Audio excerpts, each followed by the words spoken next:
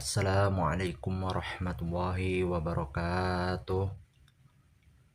A'udzu billahi minasyaitonir rajim. Bismillahirrahmanirrahim. Alhamdulillahirabbil alamin. Wa bihi nasta'in wa ala umuri dunya waddin. Wassalatu wassalamu ala asyrafil anbiya'i wal mursalin wa ala alihi wa ashabihi ajma'in. Rabbi shrah li sadri wa yassir amri wahlul 'uqdatam min lisani yafqahu qawli. Puja dan puji syukur atas kehadirat Allah Subhanahu wa taala, yang mana karena beliaulah yang telah memberikan kita nikmat, taufik, rahmat serta hidayahnya, sehingga kita semua masih bisa beraktivitas yang insya Allah diridhoi oleh Allah Subhanahu wa taala. Amin amin ya rabbal alamin. Kemudian sholawat dan salam tidak pernah lupa untuk selalu kita hadiahkan kepada junjungan alam kita, baginda Rasulullah Sallallahu Alaihi Wasallam, dengan sama-sama kita melafazkan Allahumma sholli ala Sayyidina Muhammad wa ala ali Sayyidina Muhammad.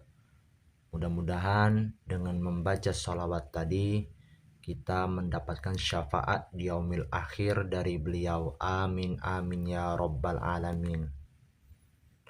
Saudara-saudara yang saya sayangi, alhamdulillah pada hari ini yang bertepatan pada hari Senin tanggal 1 Januari 2024, bahwasannya kita telah memasukin tahun baru, yakni tahun 2024. Perlu kita ingat, kita pahamin, terutama saya ingin mengajak kepada saudara-saudara untuk bermuhasabah diri di tahun 2024. Sebelum itu perlu kita pahamin apa makna arti dari muhasabah itu tadi. Tolong simak video ini sampai selesai. Sebelum itu jangan lupa dukung terus channel saya dengan cara like, komen, share, subscribe, serta aktifkan lonceng notifikasi ke semua, agar setiap saya upload video selalu muncul notifnya di gadget kalian masing-masing. Langsung saja mempersingkat waktu, bermuhasabah ialah perbuatan mengintrospeksi diri dalam segala perbuatan yang telah, tengah, dan akan diperbuat memiliki kesesuaian dengan syariat. Bermuhasabah adalah salah satu perilaku terpuji. Bagi antum mungkin yang belum tahu, bermuhasabah maksudnya perbuatan mengintrospeksi diri dalam segala perbuatan yang telah, tengah, dan akan diperbuat memiliki kesesuaian dengan syariat Islam. Bermuhasabah bagi kita ialah mengevaluasi diri kita untuk menjadi diri kita lebih baik daripada sebelum-sebelumnya. Jadi di tahun 2024 ini, marilah kita memanfaatkan waktu untuk bermuhasabah. Muhasabah dalam bahasa Arab berasal dari kata hasabayah subuh hisaban, yang artinya menghitung. Muhasabah dapat diartikan dengan usaha seorang muslim untuk menghitung, mengevaluasi, dan merenungkan hal-hal baik serta buruk yang telah dilakukan kepada diri dia sendiri. Dari bermuhasabah seorang muslim harapannya dapat mengetahui kekurangan sehingga dapat melakukan peningkatan terlebih ketakwaan kita kepada Allah Subhanahu wa taala. Lebih sederhananya, di tahun 2024 mendatang, ya tahun 2024 sekarang, seorang muslim harus dapat mengisi dengan perbuatan-perbuatan yang diridhoi oleh Allah Subhanahu wa taala. Lebih banyak dari tahun-tahun sebelumnya. Sebuah pepatah mengatakan yang berbunyi, Baidatul yomi khairum min dajajatil ghad, yang artinya telur hari ini harus lebih baik daripada hari kemarin. Ya, lebih tepatnya lagi, hari esok harus lebih baik daripada hari kemarin sebelum-sebelumnya. Dalam Islam, bermuhasabah dianjurkan untuk dilakukan seorang muslim tidak hanya di tahun baru. Bahkan setiap harus seorang muslim dapat bermuhasabah diri. Banyak di dalam Al-Quran yang menganjurkan bermuhasabah.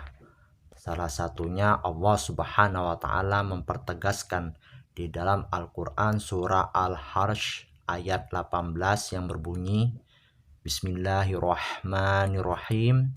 Ya ayyuhalladzina amanu taqullah wal tanzur nafsum ma qaddamat lighad wattaqullah innallaha khabirum bima ta'malun. Yang artinya, wahai orang-orang yang beriman, bertakwalah kepada Allah dan hendaklah setiap orang memperhatikan apa yang telah diperbuatnya untuk hari esok. Jadi maksud dari ayat sini ialah bahwasannya apa yang kita perbuat di dunia ini kelak akan diminta pertanggungjawabkan di hari esok atau di akhirat. Bertakwalah kepada Allah, sesungguhnya Allah Maha Teliti terhadap apa yang kamu kerjakan, yang mana hal ini ditegaskan oleh Allah Subhanahu wa taala di dalam Al-Qur'an surah Al-Harsh surah ke-59 ayat 18, yang artinya, bertakwalah kepada Allah, sesungguhnya Allah Maha Teliti terhadap apa yang kamu kerjakan. Dari ayat ini udah jelas bahwasannya Allah Subhanahu wa taala itu Maha Teliti, Maha melihat, Maha mendengar, dan Maha mengetahui apa yang kamu kerjakan selama kamu hidup di dunia. Dalam sebuah dari Sadat bin Aus radhiyallahu an juga disebutkan bahwa Nabi Muhammad SAW pernah menyebutkan salah satu ciri orang yang cerdas adalah mereka yang bermuhasabah. Seperti orang yang cerdas ialah orang yang menghisap atau mengevaluasi dirinya sendiri serta beramal untuk kehidupan sesudah kematiannya. Nah, dari sini maksudnya ialah orang cerdas, orang pintar itu dia akan berpikir bahwasannya dia harus mengevaluasi, harus memperbaiki diri, serta beramal untuk kehidupan sesudah kematiannya.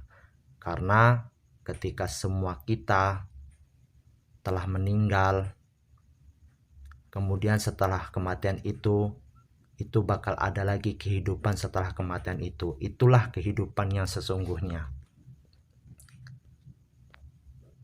Sedangkan orang yang lemah adalah orang yang mengikuti hawa nafsunya serta berangan-angan terhadap Allah Subhanahu wa taala. Hadis yang diriwayatkan oleh Tirmizi, dan hadis ini hasan. Bermuhasabah penting untuk dilakukan seorang muslim. Terdapat banyak manfaat bagi kaum muslim yang mau bermuhasabah.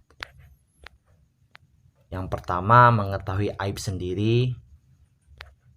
Melalui muhasabah diri, harapannya seseorang dapat memperbaiki perbuatannya sehingga sejalan dengan tuntunan yang disyariatkan oleh agama Islam. Kedua, bermuhasabah dapat memperbaiki hubungan dengan Allah, hablum minallah dan hablum minan nas, hubungan dengan manusia. Manusia yang dapat mengintrospeksi perilakunya kepada orang lain akan mengurangi resiko merusak ukhuwah atau tali persaudaraan. Ketiga, bermuhasabah akan mendatangkan rezeki berlimpah, seperti berdagang dengan jujur, akan disenangi serta dicari para pelanggan. Bermuhasabah dapat dilakukan secara bertahap dalam kehidupan sehari-hari. Bermuhasabah dalam kehidupan seorang muslim mengevaluasi soal niat, amalan, dan dosa-dosa yang telah dilakukan. Bertaubat kepada Allah apabila melakukan kesalahan. Segera meminta maaf kepada orang lain setelah melakukan kesalahan atau apabila perbuatan yang dilakukan membuat mereka tidak nyaman. Senantiasa mendirikan ibadah wajib dan memperbanyak ibadah sunnah. Menerima masukan dan saran dari orang lain, tidak merasa paling benar dalam berpendapat. Menerima perbedaan pandangan antara sesama. Merasa bahwa segala perilaku yang dilakukan berada dalam pengawasan Allah Subhanahu wa taala. Menyadari bahwa segala yang diperbuat akan dipertanggungjawabkan di akhirat. Pelaksanaan ibadah, sebab Allah menciptakan manusia adalah untuk ibadah. Sebagaimana firman Allah Subhanahu wa taala di dalam Al-Qur'an surah Az-Zariyat surah ke-51 ayat 56 yang artinya, dan aku tidak menciptakan jin dan manusia melainkan supaya mereka beribadah kepadaku. Dari ayat sini sudah jelas bahwasannya Allah Subhanahu wa taala mempertegaskan melalui ayat ini bahwa Allah Subhanahu wa taala menciptakan jin dan manusia itu hanyalah untuk beribadah kepada Allah Subhanahu wa taala. Ibadah ialah perbuatan yang mendatangkan kecintaan kita kepada Allah, yang mendatangkan keridhaan Allah, baik ibadah mahdah, yaitu ibadah yang macam dan tata caranya sudah ditentukan oleh Allah Subhanahu wa taala, seperti ibadah sholat, puasa, zakat, dan ibadah haji bagi yang mampu menuju ke tanah suci Mekah, maupun ibadah ghairu mahdah seperti tata caranya tidak diatur oleh Allah Subhanahu wa taala maupun oleh Nabi Muhammad SAW. Tuntutan utama dalam setiap ibadah adalah ikhlas karena Allah semata-mata. Sebab Allah tidak memerintahkan ibadah kecuali dengan keikhlasan hambanya serta kesabaran hambanya. Yang mana hal ini dipertegaskan oleh Allah Subhanahu wa taala di dalam Al-Qur'an surah Al-Bayyinah surah ke-98 ayat 5 yang artinya ialah padahal mereka hanya diperintahkan menyembah Allah dengan ikhlas menaatinya semata-mata karena menjalankan agama dan agar melaksanakan sholat dan menunaikan zakat, dan yang demikian itulah agama yang lurus atau benar. Kemudian aspek pemanfaatan pemberian Allah Subhanahu wa taala, karena kita tahu bahwa tubuh dengan perlengkapannya seperti kayak umur, rezeki, ilmu, dan seluruh kenikmatan yang kita terima akan dipertanyakan oleh Allah Subhanahu wa taala kelak ketika kita sudah meninggal. Kemudian setelah meninggal itu bakal ada kehidupan. Kehidupan itulah yang sesungguhnya yang baru akan kita hadapi. Kemudian Allah Subhanahu wa taala mempertegaskan di dalam firman-Nya Quran surah At-Takasur surah ke-102 ayat 8 yang artinya, kemudian kamu benar-benar akan ditanya pada hari itu. Maksudnya hari itu ialah hari ketika di mana hari itu perhitungan amal tentang seluruh kenikmatan. Nah, jadi kelak ketika kita sudah meninggal, itu semua apa yang kita lakukan di dunia itu akan diminta pertanggungjawabkan oleh Allah Subhanahu wa taala. Malahan kenikmatan tersebut sudah mulai dipertanyakan kepada manusia saat berdiri pada hari kiamat, sebelum melangkahkan kedua kakinya.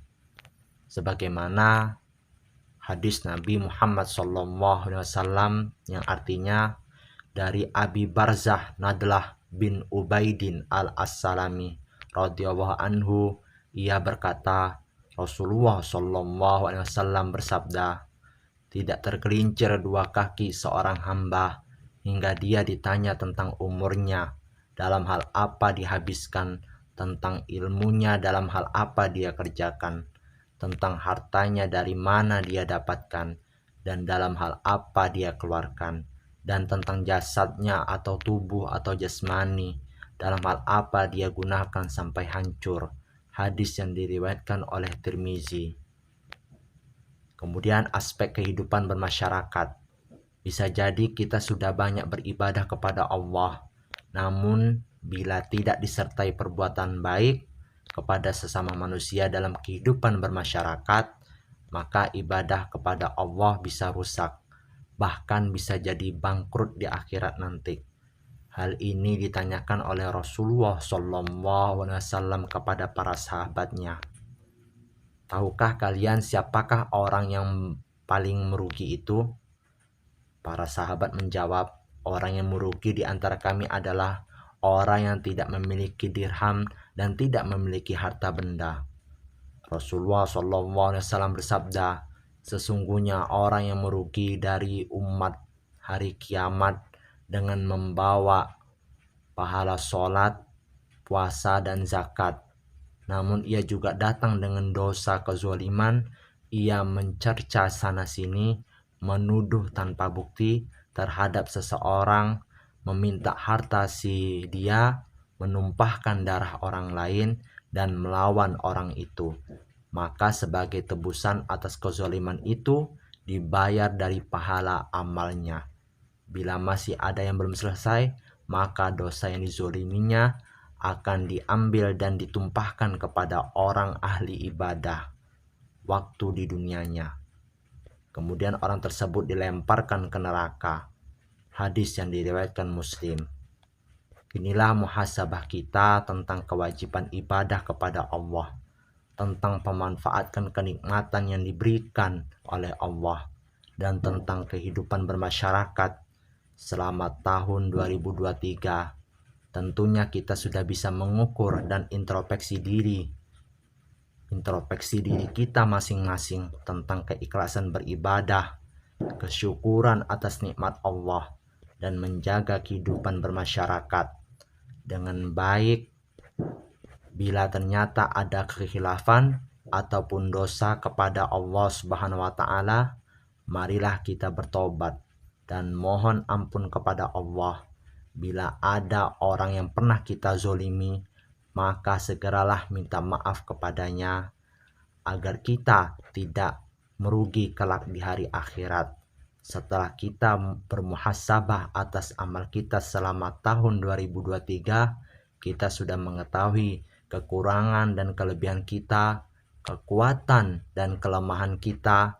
Dengan niat dan tekad yang kuat, kita akan siap memasuki tahun 2024 dengan langkah tegap. Kita ingin tahu 2024 lebih baik, karena siapa yang tahun 2024 lebih baik dari tahun 2023, maka kita beruntung. Bila tahun 2024 sama keadaannya dengan tahun 2023, maka kita akan rugi. Apalagi kalau tahun 2024 lebih buruk keadaannya, maka kita akan sangat buruk. Untuk itu, memasuki tahun 2024, saya mengajak kepada saudara-saudara semua, marilah kita memperhatikan nasihat Nabi Muhammad SAW sebagaimana sebagaimana hal ini diuraikan oleh Ibnu Abbas radhiyallahu anhu, bahwa Rasulullah SAW bersabda, manfaatkan 5 perkara sebelum datang 5 perkara. Yang pertama, masa mudamu sebelum masa tuamu. Yang kedua, masa sehatmu sebelum datang masa sakitmu.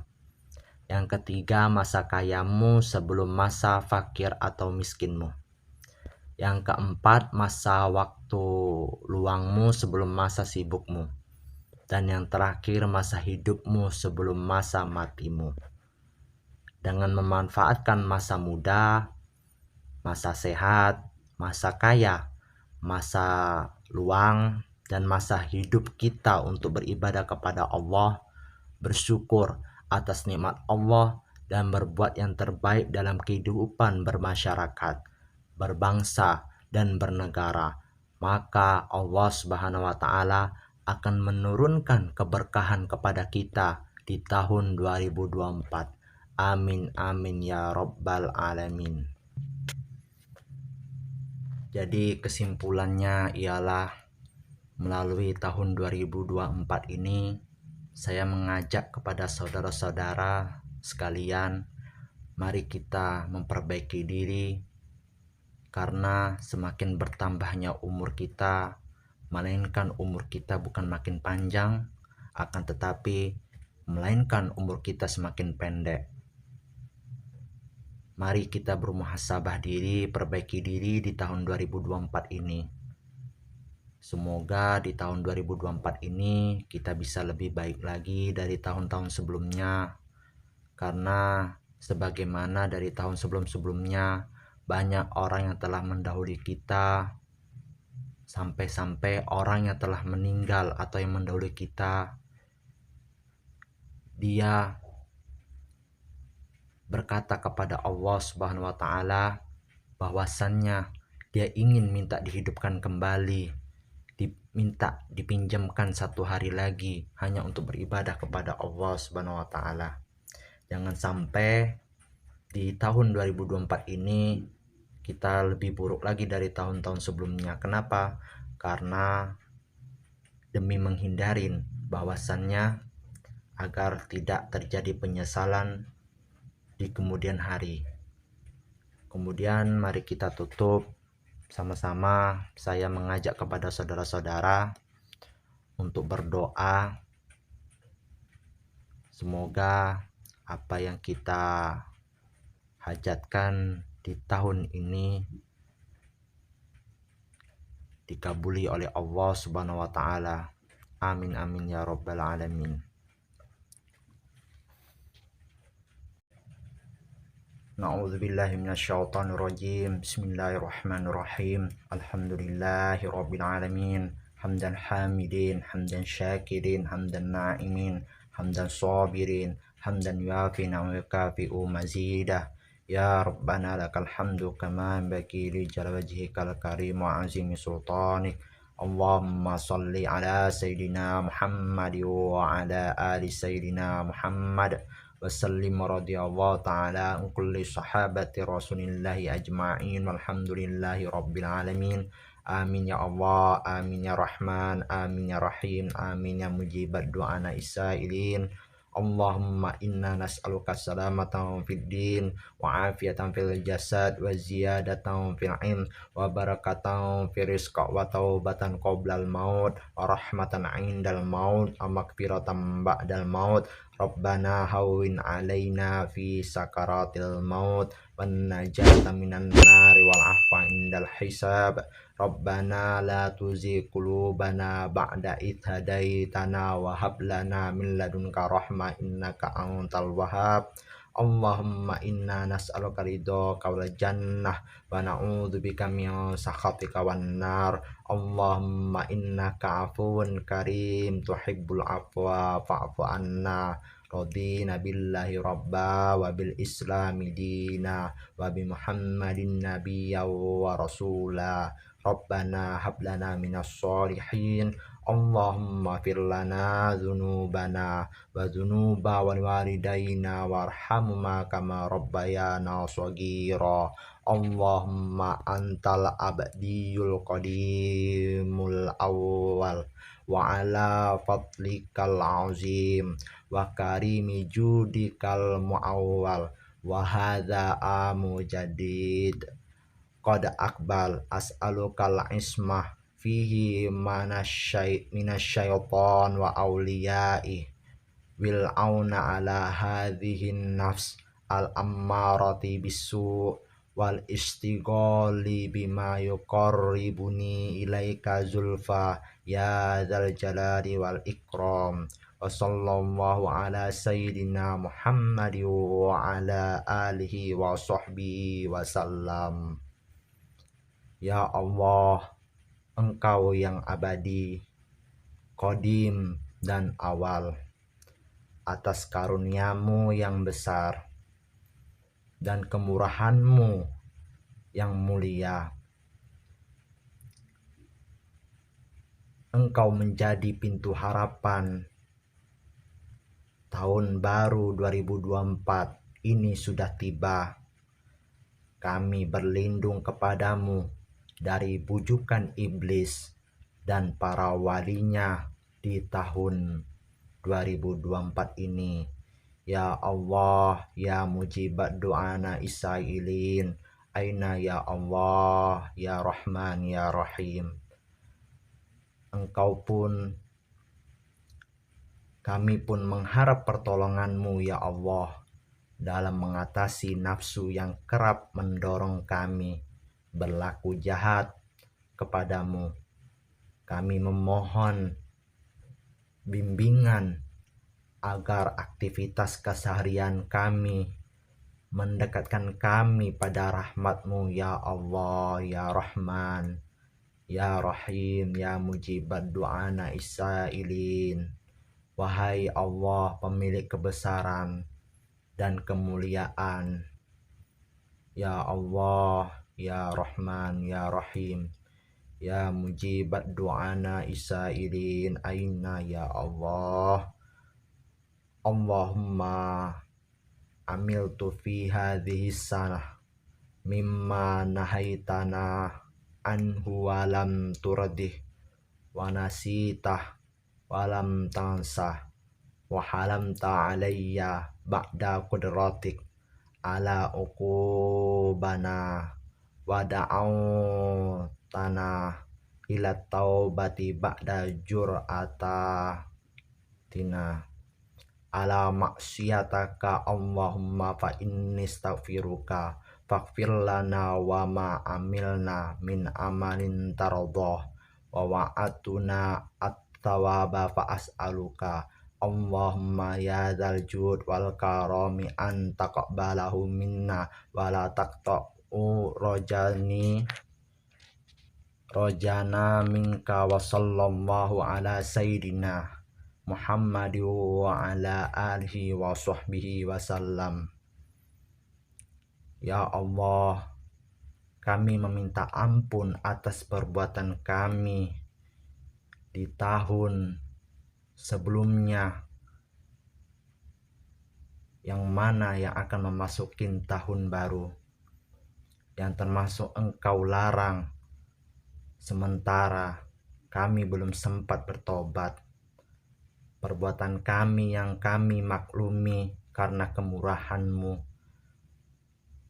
sementara Engkau mampu menyiksaku, dan perbuatan dosa yang Engkau perintahkan untuk tobat sementara. Kami menerjangnya, yang berarti kami telah mendurhakai-Mu ya Allah.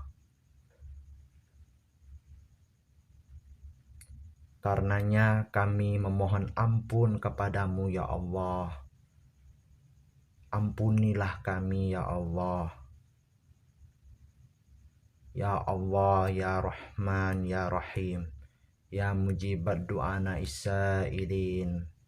Kami berharap kepadamu ya Allah, menerima perbuatan kami yang kamu ridhoi di tahun sebelumnya hingga tahun sekarang, dan perbuatan kami yang terjanjikan pahalamu ya Allah.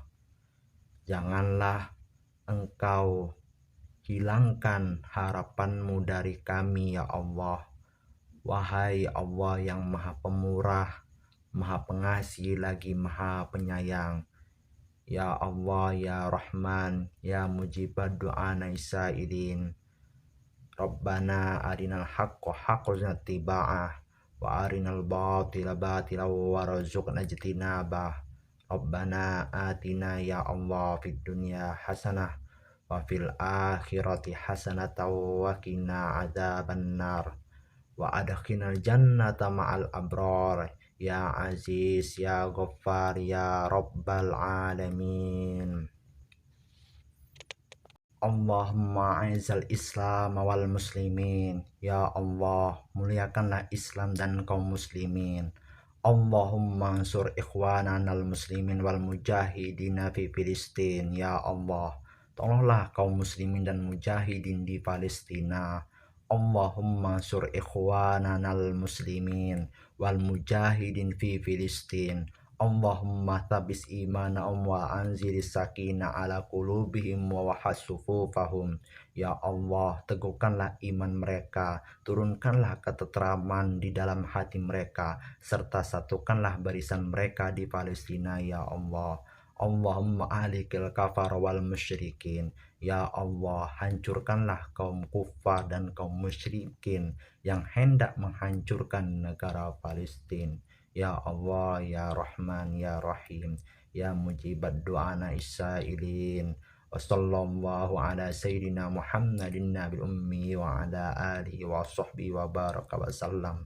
Walhamdulillahi rabbil alamin. Taqabbalallahu minkum minna wa minkum taqabbal ya karim.